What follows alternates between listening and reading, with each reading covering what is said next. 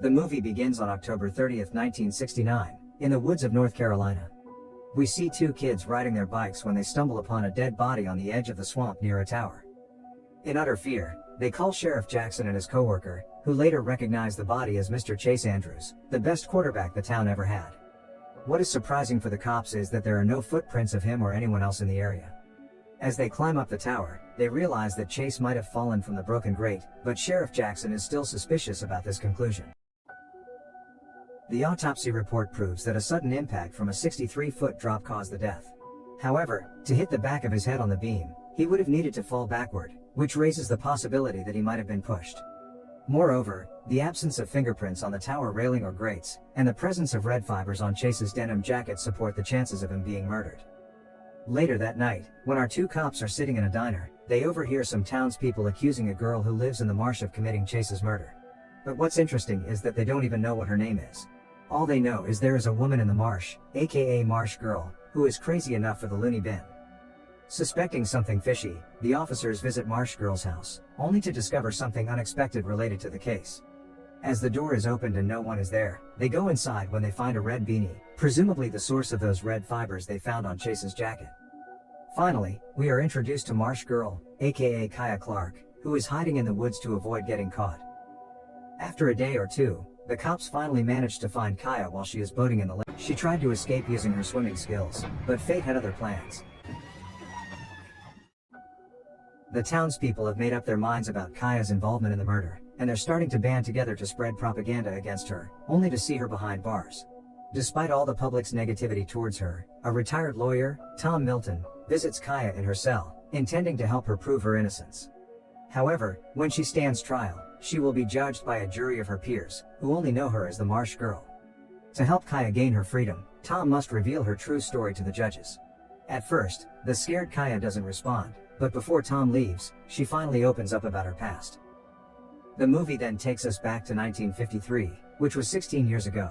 Kaya used to have a family and a loving mother who always made her smile. She also has 4 estranged siblings, except for Jody, who loved her. One day, a local boy named Tate approaches their house, while Kaya and her sisters are playing inside their dad's boat. Here we just find out how violent Kaya's father is, and when Tate tries to defend Kaya, he is instead given a warning not to return. Later, the mother, Julianne, cannot bear the torture of her husband, and so she leaves the house, never to return. Kaya tries to stop her, but it's as if Julianne isn't mentally able to hear her screams. When she left, it seems like her siblings follow suit one by one, leaving Kaya feeling more alone than ever. And finally, even Jody, the one who had always cared for her, has to go. Kaya cannot stop her tears seeing Jody leave, and the boy isn't happy either to abandon his little sister behind. Before departing, he advises Kaya to run and hide deep in the marsh, way out where the crawdads sing, whenever she gets in trouble. After everybody left, Kaya learned from their mistakes and begins to avoid her father, Clark, as much as possible to prevent herself from his wrath. One day, she unexpectedly meets Tate, the fisherman's son and a friend of Jody's. There was something about him that eased the tightness in her chest. For the first time since Mom and Jody left, she feels something other than hurt. With each passing day, Kaya builds up the courage to ask her father for more food, so her dad brings her to the store, where he can only afford to buy grits for their food. The store owners, Mabel and Jumpin', sense the situation, and become increasingly kind to Kaya. Mabel even encourages Kaya to go to school, by offering her some clothes, and then secretly giving her some free candy.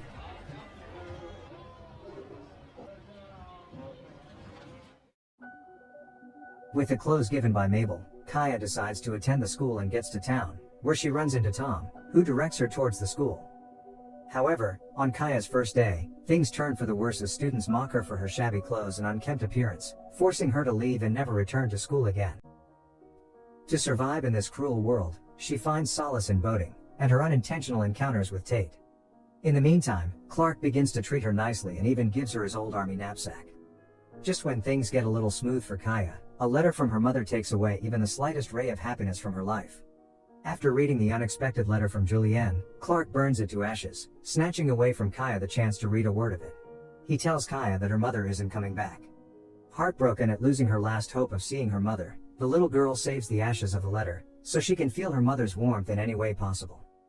Later that night, Clark sets his wife's belongings on fire, while Kaya watches helplessly from inside. And then, The day comes when Kaya wakes to yet another terrible news: her father has left her too. The lack of food and other necessities makes it difficult for her to survive for long. Kaya then heads to the lake and collects mussels to sell at Mabel's shop. In exchange for a few pounds of mussels each week, Jumpin provides her with food and other vital supplies like a matchstick and a candle. While Jumpin approaches the situation with a business mindset, Mabel feels empathy for the young girl and offers her clothes and shoes from time to time. It's the present day, and Mabel still sends Kaya some clothes she wears for her first trial. If found guilty at the end of the trial, she will face the death penalty. Chase's family lawyer persuades the jury that Kaya lured Chase Andrews to the tower and pushed him to his death. Meanwhile, Tom calms Kaya down and tells everyone that there's no evidence to back up Chase's lawyer's words. Miss Kaya finds herself here because it's easier to blame her based on where she came from than to rely on facts. Tom advises Kaya to take a plea bargain. This means that if she admits to being at the tower that night and having a disagreement with Chase, resulting in a tragic accident, Tom can get her out of prison in as little as 6 years. The idea seems beneficial, but Kaya won't say anything that implies guilt, and she wants to get out of prison. The movie then flashes back to 1962, when Kaya has grown older. She frequently spots a man in the woods, but never musters up the courage to talk to him.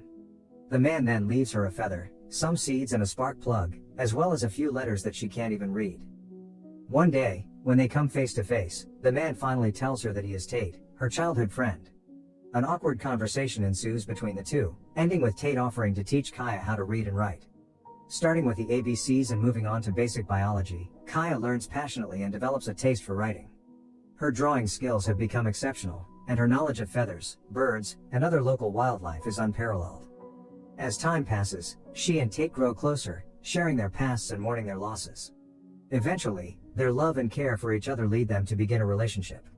Despite Kaya's willingness to start a physical relationship, Tate denies the offer, fearing for Kaya's safety and reputation in town. Meanwhile, social services begin to look for Kaya to put her in a safe shelter, but in reality, they are working with contractors to drain the swamp for hotel construction. Despite these challenges, everything seems perfect in Kaya's life, until Tate drops a bombshell: he is going to college. Devastated by the news, Kaya struggles to control her emotions. She wants Tate to stay, but contrary to what she had thought about their relationship, Tate wants to study and become more than just a fisherman. Eventually, Kaya says goodbye to him with a heavy heart, but not before Tate provides her with a list of publishers to whom she can send all her drawings and notes, as he thinks her work is very unique. Tate promises that he'll never forget Kaya, and that he'll be back in a month, on the 4th of the next month, to watch fireworks together.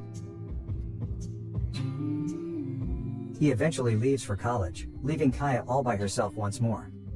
Long story short, the day of Tate's return has arrived, and Kaya can't wait to see him again. She's wearing the dress Mabel gave her, and she eagerly waits for him the whole day at the beach. But unfortunately, Tate never shows up, leaving Kaya to feel betrayed and distressed. Later that night, she ends up watching the fireworks by herself, and wakes up the next morning without seeing Tate. Burning Tate's memories, she once again finds solace in the swamp, but it seems like she will never be able to trust someone else again. In the present day, the sheriff who investigates the crime scene argues that Chase's death was a murder, citing the destroyed fingerprints and tracks as evidence. However, Tom says that the tracks must have erased due to high tide. Tom then brings the judge's attention to a crucial point. He reveals that the sheriff had submitted a written request to the U.S. Forest Service to repair the broken grates in the tower the year before, warning that the grates could cause severe injury or death if left untreated. Meanwhile, Kaya recalls the day in 1968, when she first met Chase and his family at the seashore. Before they get to talk, Kaya leaves for her house, only to see yet another developer clicking the photos of the swamp. At Mabel's store, Mabel reveals that the developers are acquiring land to build hotels, and encourages her to do everything it takes to keep her family's last memory. In order to find out if this place really belongs to her, Kaya heads to a land registrar, and comes across Chase midway. After accepting his offer for a date, Kaya visits the land registrar, who later approves that her grandpa bought the house. However, she has to pay some back taxes, and some mean $800 if she wants to keep it. Left with no other means of income, Kaya opts to submit her samples to the publishers Tate listed in the note, in the hopes of receiving a response from them. Later, she joins Chase on a seaside date, but things take a turn for the worse when she starts to feel that the handsome man from the town views her as worthless. Realizing the mistake he made, Chase apologizes to Kaya and takes her to the fire tower to make amends. As time passes, the two begin to spend more time together. Kaya didn't know exactly how she felt about Chase, but she was no longer lonely, and that seemed enough for her. Back in the court, it is time for that red wool found on Chase's denim jacket the night he died. As the fibers from Kaya's cap and the jacket match exactly, Chase's lawyer claims she is involved in the murder. Tom quickly argues that the fibers could have been transferred onto Chase's clothes during any of their previous encounters, which could have taken place weeks or even months before the murder. In the past, Kaya receives a response from a publisher, who is captivated by her manuscript and expresses a keen interest in editing and publishing it as soon as possible. After Chase gets promoted in his job, he proposes to Kaya, and Chase brings her to a hotel, where she has her first sexual experience. Here Kaya gives him a rare and ornate shell necklace, which she had found on their first date at the seashore. However, when Chase died, Chase's mother claims that the cops didn't find the necklace on his body, leading them to suspect that Kaya may have taken it before allegedly killing him. But despite a thorough search of her house, the police were unable to find the necklace, leaving the lawyer and Chase's mom nothing to accuse her of without evidence. While Chase and Kaya are still together, Tate finally returns from college, only to find them happy as a couple. However, he quickly realizes that Chase is not suitable for Kaya when he makes inappropriate comments about her body in public and behind her back. Unable to tolerate it, Tate confronts him, and they get into a fight until Jumpin' intervenes. Interestingly, Tate is wearing the same beanie whose wool was found on Chase's jacket. Later that night, Tate visits Kaya, who is furious with him for disappearing without a trace, and not even writing back to let her know he was alive or dead. Tate apologizes for leaving her. He believed that Kaya wouldn't be able to leave the marsh and adjust to a new life, which is why he didn't return. But he eventually realized that he couldn't live without her. Now that he's working at a new lab near town, he asks if there is any way Kaya could forgive him, but she says she doesn't know. Kaya's relationship with Chase is perfect, until one day, she unexpectedly encounters him and his friend in town, who introduces herself as his fiancée. Kaya feels betrayed that Chase acts like nothing happened between them, so she retreats to her house. Chase arrives only minutes later, but before he can catch up to her, Kaya hides in the bushes. She is determined not to give him another opportunity to take advantage of her. Despite everything, there was still something good in Kaya's life. Her book gets published, giving her enough money to pay the taxes and get her house back. She renovates and repurchased the 310 acres of lagoons, marsh, and oak forests. One day, Jody, her brother, appears out of nowhere after he sees Kaya's book in the store. Jody has joined the army, and he reveals how their mother tried to reach out and take back her children. However, she received a threat from Clark, warning her not to contact them again or he would beat the children unrecognizably. Julianne had saved up money for lawyers and everything, but then she got sick and died of leukemia. Seeing Kaya's success, Chase attempts to re-enter her life, but her repeated rejections lead him to lose control, and try to assault her sexually. Though Kaya escapes by striking him with a rock, she warns him not to bother her again, or she will kill him. This death threat is overheard by a fisherman, who later gives a statement against her in court. After Chase's attack, Kaya begins to feel unsafe all the time, spending nights outside her house hiding in the bushes. One day, as Tate arrives to check on Kaya, he is outraged to see the bruises on her face. Despite his desire to beat the shit out of Chase, Kaya implores him to leave it be and let her move on. Tate then encourages her to attend the meeting with her publishers in Greenville, and gives Kaya his red beanie. It is unclear whether Kaya kept the cap. If she did, it raises questions about how wool fibers from it could have ended up on Chase's jacket if their relationship was already ended. The following week, everybody saw Kaya leaving the town for her meeting in Greenville. She meets with the publishers over dinner, and it was later that night when Chase lost his life. But the publisher claims they had another meeting with Kaya the next morning, and that she seemed perfectly normal. Even so, Chase's family lawyer learns that they stayed at separate hotels, and shows that Kaya stayed at a hotel close to the bus station. He claims she took an overnight bus trip to the town and killed Chase. On the last day of the trial, Jody, Mabel, Jumpin', and even Tate attend to show their support for Kaya. Based on what Chase's family lawyer claimed before, Tom makes one final effort to defend Kaya by stating that it's really impossible for her to leave town in the bus without anyone witnessing her. She also has to find Chase in the middle of the night, lures him to the tower, kills him, wipes away all the evidence, and then, after completing all of these actions in less than an hour, catches the last bus back to Greenville, which Tom claims doesn't make any sense. He then advises the judges to make decisions based on the facts presented in this courtroom, rather than on what people have said and thought about the Marsh girl for her entire life. When they're waiting for the judge's decision, Tom tells Jody and Tate that whatever the decision is, they must accept it. And then the decision has been made. Finally, the moment everyone has been waiting for arrives, as the jury finds Kaya not guilty of first-degree murder in Chase's death. After the case is dismissed, Kaya and Tate reconcile and spend their lives together, enjoying the beauty of the marsh. Tate asks if she wants to marry him, and she thinks they already are. As time goes on, Kaya keeps working on her books, and is frequently visited by Jodi's family. And just like that, the two continue to live in the marsh and grow older together. One day while boating alone, Kaya sees the spirit of her mother, who has come to take her to the afterlife. Finally, with tears in his eyes, Tate watches Kaya die on the boat.